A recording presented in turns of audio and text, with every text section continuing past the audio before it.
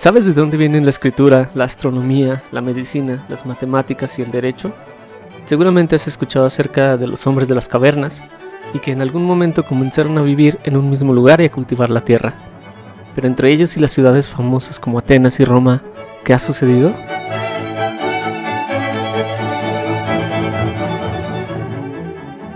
Bienvenido a la aventura de la humanidad. En el episodio de hoy, el nacimiento de las primeras ciudades.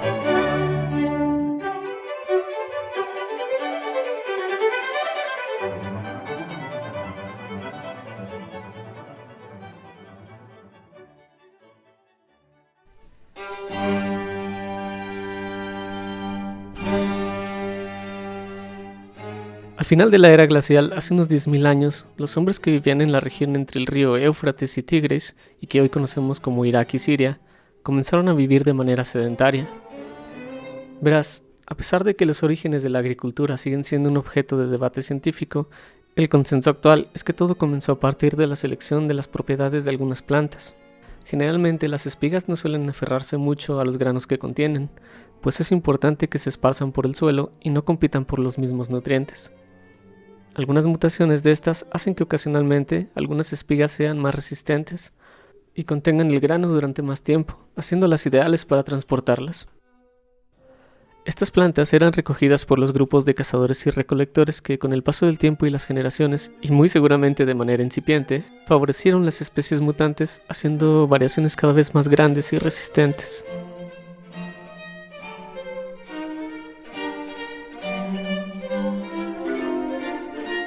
Existen una gran cantidad de asentamientos que ya contaban con estas especies de plantas domesticadas desde el 9000 a.C. Para esta época encontramos casas de forma circular que comparten diversas familias y que tenían elementos como dormitorios, almacenes para el grano, a veces pilas para el agua y ductos para desechar los residuos. Sin embargo, la forma de estas casas y el trabajo que se debió haber invertido en ellas nos permite saber que, aunque son asentamientos importantes, la vida de los hombres seguía girando alrededor de la producción de alimentos. No encontramos muchas diferencias entre unas casas y otras, y no hay edificios que muestren una división del trabajo debido a la especialización. La única función que tienen estas casas, según parece, es la de resguardarse de los elementos.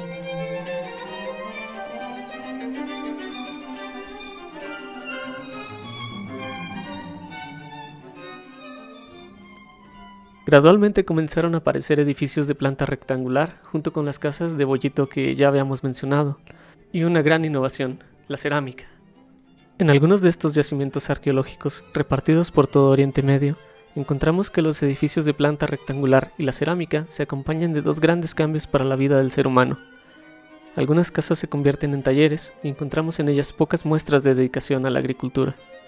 Sus habitantes se dedicaban exclusivamente a la fabricación de vasijas y otros utensilios de trabajo, y los edificios de planta rectangular a veces tienen evidencias de expansión, mientras que las casas habitación suelen conservar sus dimensiones originales.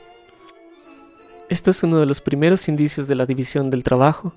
Ya no se dedicaban todos a cultivar la tierra y crear sus propios utensilios y su ropa, sino que algunos se especializaban en una de estas tareas, permitiéndole perfeccionar cada vez más las técnicas y empleando mejor su tiempo. A fin de cuentas, ya sabes lo que dicen: no trabajes duro, sino de forma inteligente.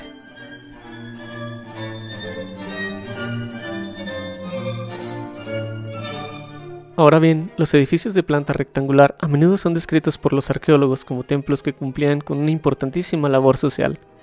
En ellos se almacenaban la comida y era distribuida entre la población. Se cree que los habitantes de lugares como Jericó llevaban ahí sus cosechas, sus vasijas y todas las cosas que creaban para intercambiarlas por aquello que necesitaran más en ese momento: comida, vestido u otras herramientas.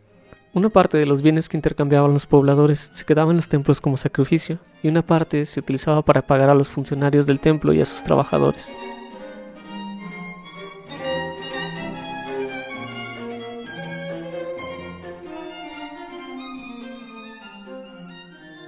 Hasta este momento, la cerámica de la que hablábamos estaba ricamente decorada. Cada alfarero le imprimía su propio toque a sus creaciones, pero no durante la época de los templos. Aquí la demanda de la cerámica era tan alta que la producción ya no podía ser personalizada. Se creó el torno y una producción de naturaleza casi industrial. Este trabajo sobre la cerámica permitió a la vez la mejora de sus materiales y, con el tiempo, la fundición de metales. habían nacido dos cosas: las sociedades organizadas y la Edad de Bronce.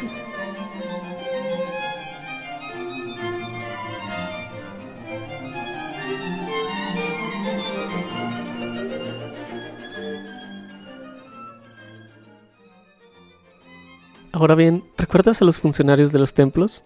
Bueno, aquí también encontramos la división y especialización del trabajo y las primeras formas de trabajo colectivo y organización social. Observa alguna vez un puente, un acueducto, una catedral. La vida de un hombre no alcanza para pasar del cultivo de alimentos a la extracción de piedras, la creación de bloques y por último la construcción, para la que también se requieren herramientas y materiales. Toda forma de arquitectura monumental requiere un cierto nivel de organización y civilidad, y es así como llegamos a la creación de las primeras ciudades. Aunque no existe un consenso último de qué es una ciudad, suelen caracterizarse por instituciones dedicadas a su organización desde los aspectos político, económico, religioso y cultural.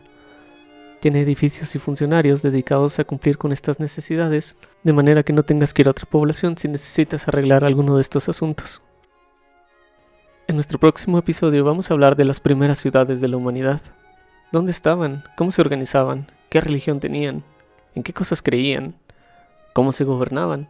Por ahora nos gustaría que te hicieras algunas preguntas. ¿Cuáles crees que son las necesidades más grandes de tu ciudad? ¿Hay algún edificio o tipo de trabajo que es absolutamente necesario para que nuestra vida cotidiana siga siendo como la conocemos? Piensa en tu pasatiempo favorito, en el trabajo de tus papás o en qué te gustaría hacer de grande. ¿Qué necesita tu ciudad para que puedas lograrlo? Muchas gracias por escucharnos y te esperamos en el siguiente episodio de La Aventura de la Humanidad.